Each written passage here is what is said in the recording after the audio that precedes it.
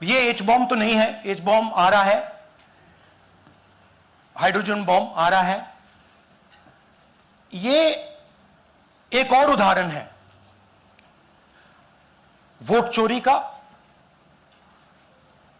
पिछली बार मैंने आपको एडिशंस के बारे में बताया था, ये हम आपको डिलीशंस के बारे में दिखा रहे हैं, और सबूत के साथ हम आपको दिखाएंगे कि ये जो डिलीशंस हुए हैं ये सेंट्रलाइज तरीके से कॉल सेंटर के प्रयोग करके, सॉफ्टवेयर के प्रयोग करके किए गए हैं।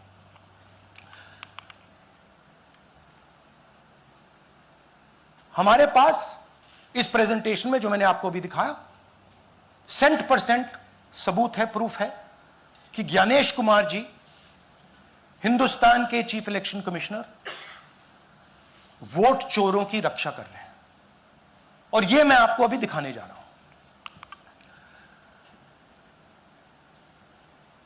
हर इलेक्शन में हमें रिपोर्ट आती थी कि वोटर्स डिलीट हो रहे हैं, कांग्रेस वोटर्स डिलीट हो रहे हैं, ऑपोजिशन के वोटर्स डिलीट हो रहे हैं, दलित वोटर्स डिलीट हो रहे हैं, आदिवासी हो रहे हैं, माइनॉरिटी वोटर्स डिलीट हो रहे हैं, ओबीसी वोटर्स डिलीट हो रहे हैं। मगर जब डिलीट होते हैं ऑपोजिशन के ही होते हैं। कर्नाटक में आलंद कंस्टिट्यूएंसी है, यहां पे चोरी पकड़ ली, कोइंसिडेंस से पकड़ी। वहां की जो बीएलओ थी उसने देखा कि उसके रिश्तेदार को डिलीट कर दिया गया था। जैसे चोरी पकड़ी जाती है, कोई छोटी सी गलती हो जाती है, हाथ आ जाती है। आलंद में 6018 वोटर्स डिलीट हुए, उसमें से इनकी रिश्तेदार थे। उन्होंने पता लगाया कि मेरे रिश्तेदार को डिलीट किसने किया।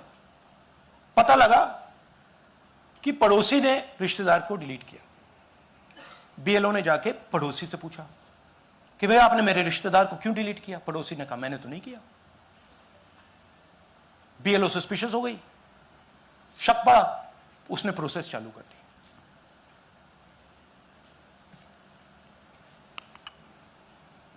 पता क्या लगा कि कोई ना कोई, किसी ने आलंद में वोटर डिलीशन सिस्टमैटिकली ऑर्गेनाइज तरीके से, सेंट्रलाइज तरीके से किया। हमें यह नहीं मालूम कि आलंद में कितने वोटर डिलीट हुए, क्योंकि इससे बहुत ज्यादा हो सकते हैं। 6000, तकरीबन 6000 पकड़े गए, उस पर इन्वेस्टिगेशन हो गया। क्या पता लगा कि फाइलिंग ऑटोमेटिकली ऑनलाइन हो रही है।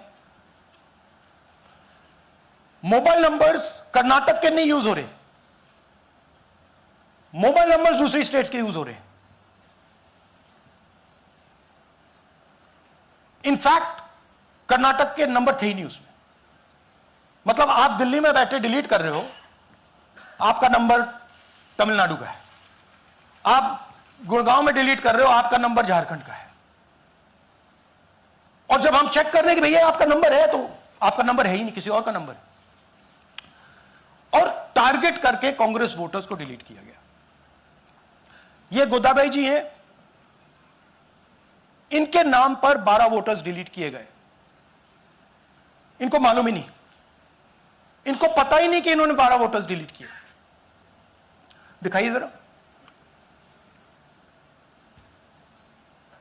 ಇಲೆಕ್ಷನ್ ಟೈಮ್ ಈಗ ये इनका वीडियो है। ನಾ ಅರ್ಜಿ ಹಾಕಿಲ್ಲ, ನನಗೆ ಅದಕ್ಕೆ ಸಂಬಂಧ ಇಲ್ಲ। ಅದು ಯಾರು ಹೊಟ್ಟಿ ಕಿಚ್ಚಿಗೆ ಯಾರು ಏನ ಹಾಕ್ಯಾರ ಅನ್ನೋದು ನನಗೆ ಗೊತ್ತಾಗಿಲ್ಲ। तो इनको आइडिया नहीं है कि इन्होंने वोटर्स डिलीट कर दिए।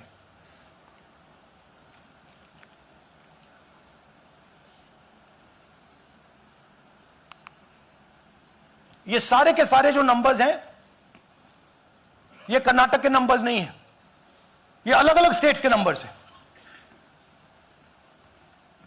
और इन नंबर्स को आप फोन करके देखिए,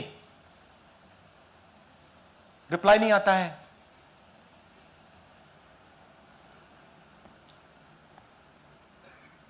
तो सवाल यह है कि किसके नंबर्स हैं, ये किसने ऑपरेट किए, जब इन्होंने ऑपरेट किए ये कहां थे, आईपी एड्रेस क्या था, ओटीपी कैसे जनरेट हुआ, कहां गया, यह सवाल है।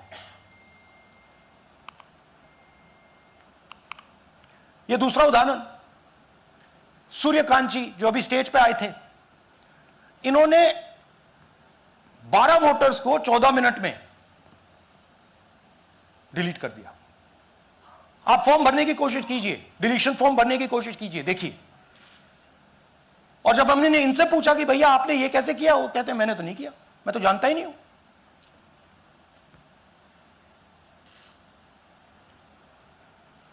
बबीता चौधरी जी का इन्होंने एक नाम डिलीट किया, यहां खड़ी हैं बबीता जी, यहां हैं, सूर्यकांत जी यहां हैं, आ जाइए जरा स्टेज पे, एक सेकंड आ जाइए, ये दोनों खड़े हैं यहां पे, सूर्यकांत जी, बबीता जी। इनको मालूम ही नहीं कि इन्होंने डिलीट किया। Thank you. नागराज जी, इन्होंने 2 एप्लीकेशन 36 सेकंड में फाइल कर दी है। और मजे की बात देखिए, ये 4 बजे सुबह उठ के फाइल कर रहे हैं। पता नहीं क्या हुआ, 4 बजे सुबह कहा कि भैया मैं 2 वोटर को डिलीट करूंगा, और कितने 36 सेकंड में डिलीट कर दिए, फिर सो गए।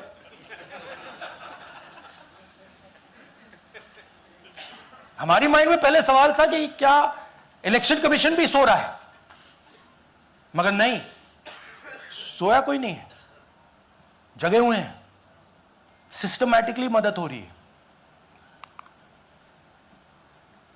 यह देखिए दूसरी बात, जो भी डिलीट कर रहा है वोटर लिस्ट में उसका सीरियल नंबर 1 है। मतलब जो भी वोटर लिस्ट में पहले नंबर पे आता है वही डिलीट कर रहा है। 5वें नंबर वाला, 7वें नंबर वाला, 10वें वाला कोई नहीं कर रहा। तो हो क्या रहा है, सॉफ्टवेयर से यह काम किया जा रहा है। सॉफ्टवेयर प्रोग्राम कह रहा है पहला नाम निकालो और इसका प्रयोग करके डिलीट करो।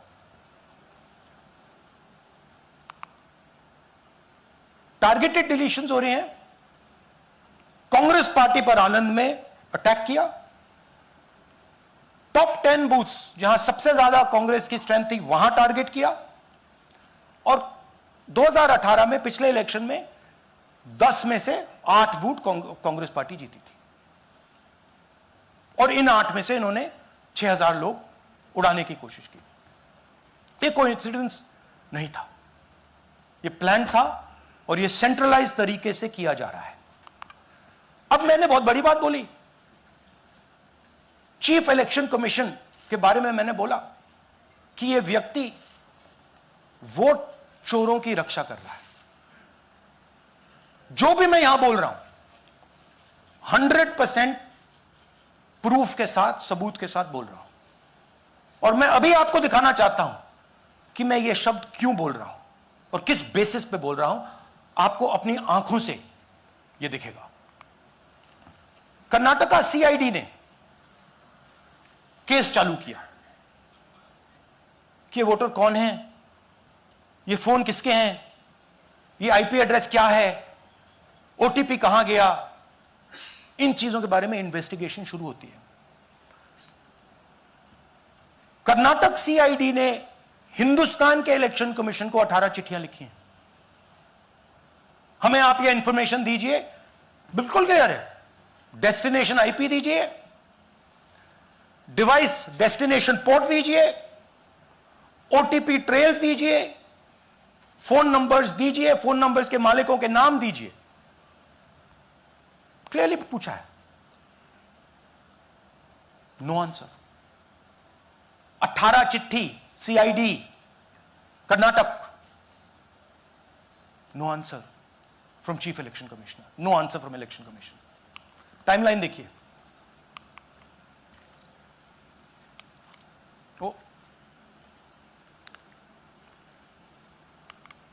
ओके, फरवरी 23 में इन्वेस्टिगेशन शुरू होती है।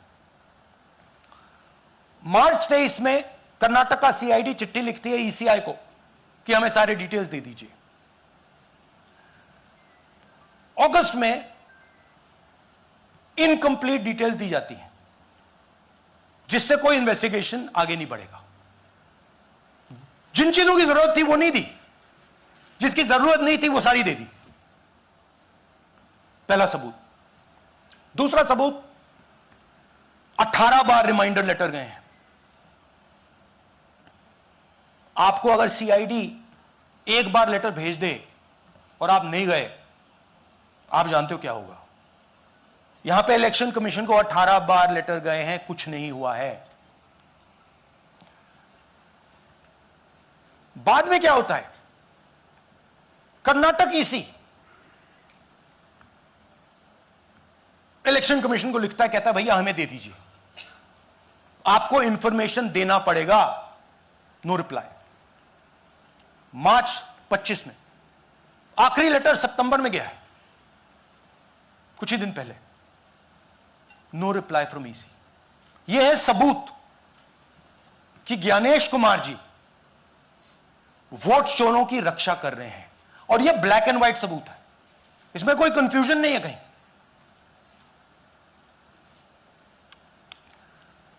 तो सवाल उठता है, ये है कौन जो सेंट्रलाइज तरीके से कॉल सेंटर के प्रयोग से, सॉफ्टवेयर से अलग अलग प्रदेशों में वोट डिलीट कर रहे हैं, ऐड कर रहे हैं। इलेक्शन कमीशन जानता है, ज्ञानेश कुमार जी जानते हैं। अच्छा, ये सिर्फ आनंद में नहीं हुआ, ये अलग अलग कंस्टिट्यूएंसीज में हुआ है। आनंद में लीगल प्रोसेस चालू हो गई, पकड़ लिया। यहां महाराष्ट्र में उसी मोडस ऑपरेंडी से, उसी सिस्टम से यहां पे वोट ऐड हुए हैं। आनंद में डिलीट, रजौरा में एडिशन। 6850। आपको याद होगा पिछले प्रेजेंटेशन में मैंने आपको नाम दिखाए थे, ये देखिए वही नाम यहां है। वही सिस्टम महाराष्ट्र में चल रहा है जो कर्नाटक में चल रहा था। नाम वैसे ही है, जेडब्ल्यू जेडब्ल्यू जेडब्ल्यू, पता वैसा है, जेडब्ल्यू जेडब्ल्यू, नाम यू ऐसे किसी ने टाइप करके लगा दिया। तो जो ये काम कर रहा है, ये उत्तर प्रदेश में, हरियाणा में, बिहार में, कर्नाटक में, महाराष्ट्र में वही कर रहा है।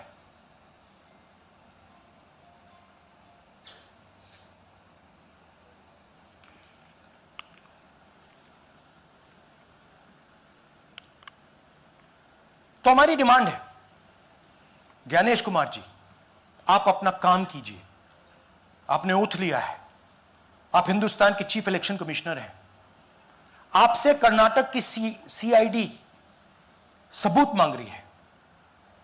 आप कर्नाटक की सीआईडी को यह सबूत 1 सप्ताह के अंदर दे दीजिए, नहीं तो पूरा हिंदुस्तान के सारे युवा इस बात को एक्सेप्ट करेंगे कि आप हिंदुस्तान के कॉन्स्टिट्यूशन, हिंदुस्तान के संविधान की हत्या में शामिल हो, हिंदुस्तान के संविधान की रक्षा नहीं कर रहे हो, और वोट चोरों की आप मदद कर रहे हो। Thank you. और थोड़ी देर में हम आपको हाइड्रोजन बॉम्ब दिखाने जा रहे हैं। नहीं, आज नहीं, थोड़ी देर में उसकी प्रिपरेशन चल रही है। क्योंकि हम देखिए, मैंने टीम से कहा है कि अगर मैं स्टेज पे जा रहा हूं, ब्लैक एंड व्हाइट प्रूफ नहीं होगा, मैं नहीं जाऊंगा। अगर ब्लैक एंड व्हाइट प्रूफ होगा, जो कोई मतलब उसको निगेट नहीं कर सकता, मैं जाऊंगा। मैं देश के कॉन्स्टिट्यूशन की रक्षा कर रहा हूं, संविधान की रक्षा कर रहा हूं, मैं लोकतंत्र की रक्षा कर रहा हूं, और मैं सच्चाई आपके सामने रख रहा हूं।